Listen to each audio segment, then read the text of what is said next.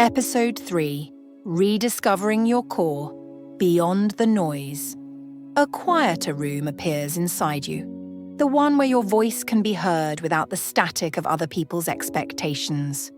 The world shouts roles and labels, your core whispers strengths and small secret joys. This piece is an invitation to lower the volume on the outside and tune in to what's already true inside you. The values, curiosities, and capacities that survive job changes, relationship shifts, and social media cycles. Don't forget to hit the like button and subscribe to our channel to help us grow and bring you even more valuable insights. Thank you for being part of our community. Part 1. Tapping into innate strengths and passions. Labels tell stories about what you do. Your core tells the story of who you are when nothing is being performed. It's easy to confuse identity with output, to believe that your worth is measured by what you produce, how you're perceived, or how often you're praised. But beneath the metrics and roles lies something quieter, something truer. Your innate strengths are often simple. They don't shout, they don't compete. They show up in the way you notice patterns others miss, in the way you listen without rushing to fix, in your curiosity about how things work, how people feel, how stories unfold, in your steady care, your eye for detail, your stubborn streak for experimentation. These strengths aren't always celebrated, but they're always present. They live in the background, waiting for permission to lead.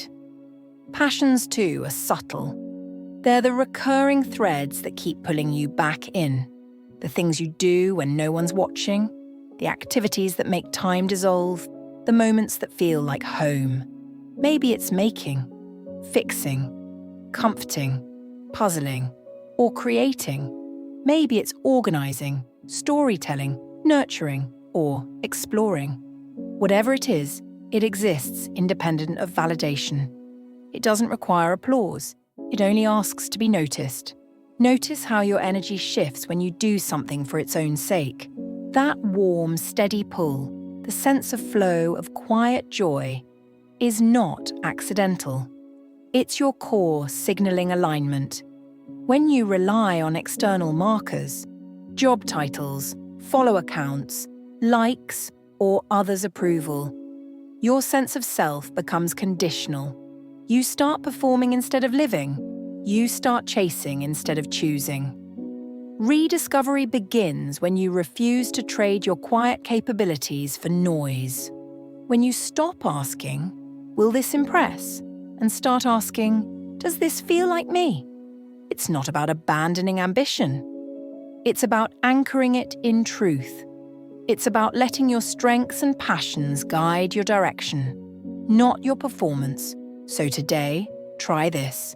Do one thing for its own sake, not for content, not for credit, not for claps, just because it feels like you. Then notice what shifts. That shift is your compass. Follow it. Part 2. Why quiet introspection matters. Silence is not empty. It is diagnostic. It's the space where truth echoes louder than performance.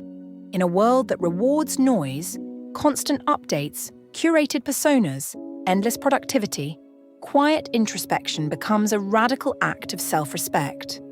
When you choose stillness, you begin to peel back the layers that labels keep in place. You stop performing and start listening. Not to the world, but to the quiet hum beneath your skin. The part of you that knows what feels aligned, even when it's inconvenient. The part that whispers, "This isn't me," long before you're ready to admit it. Mindful practices create that silence and turn it into a workspace. They are not indulgent. They are essential. They are the tools that help you sort signal from noise. Breathwork clears the mental clutter, the looping thoughts, the borrowed beliefs, the urgency that isn't yours. Short meditations reveal recurring ideas, the ones that keep knocking, asking to be heard. Focused walks tune your attention to what you notice naturally, what draws your gaze, what sparks your curiosity, what feels like home. These moments are not passive, they are active recalibrations. They are where you begin to test whether your daily choices reflect inner priorities or only external expectations. And they don't require hours or retreats. They require intention. A 5-minute breath check before you open your inbox. A 10-minute evening reflection with a single question. Did I live by my values today? A weekly no-phone hour where you let your thoughts wander without interruption. These are small laboratories, places where you experiment with truth, where you notice what feels nourishing versus performative, where you begin to rebuild a memoir of small truths. Truths that, over time, point to the real directions you're meant to move in. Because clarity doesn't arrive in a breakthrough, it arrives in breadcrumbs, in the quiet noticing, in the repeated return to what feels like you. So if you're feeling lost, boxed in, or disconnected, don't chase louder answers.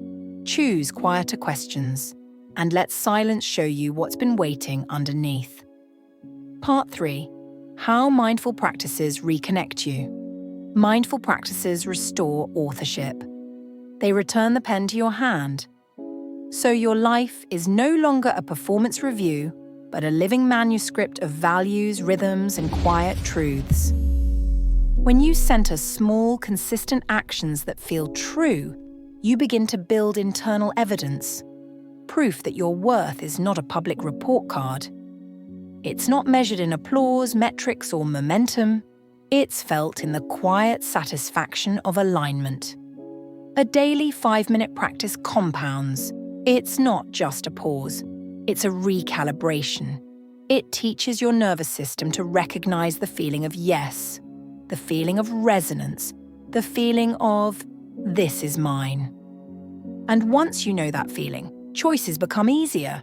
You stop chasing what performs. You start choosing what nourishes. These practices also protect your curiosity, and curiosity is the engine of reinvention. It's what keeps you evolving, exploring, and expanding without needing permission or applause. When you keep a daily curiosity ritual, you create a rhythm of self-led growth. It might look like asking one question a day that you don't know the answer to, trying one micro skill per week, something playful, unfamiliar, or oddly satisfying, reading a short piece outside your field, a poem, a recipe, a scientific abstract, a myth.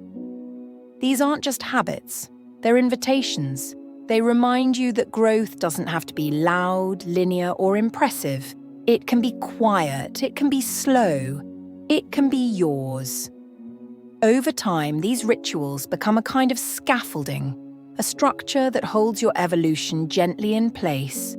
They create a steady stream of internal data. What excites you, what drains you, what feels like home. And that data is gold. It's what helps you build a life that reflects your core, not just your credentials. So, if you're feeling disconnected, performative, or stuck, don't overhaul your life. Start with 5 minutes. Start with one question. Start with one breath. Let that be enough. Let that be the beginning. Thanks for being part of this journey. Explore more of our channel for uplifting words and motivational content to guide your path. See you in the next video.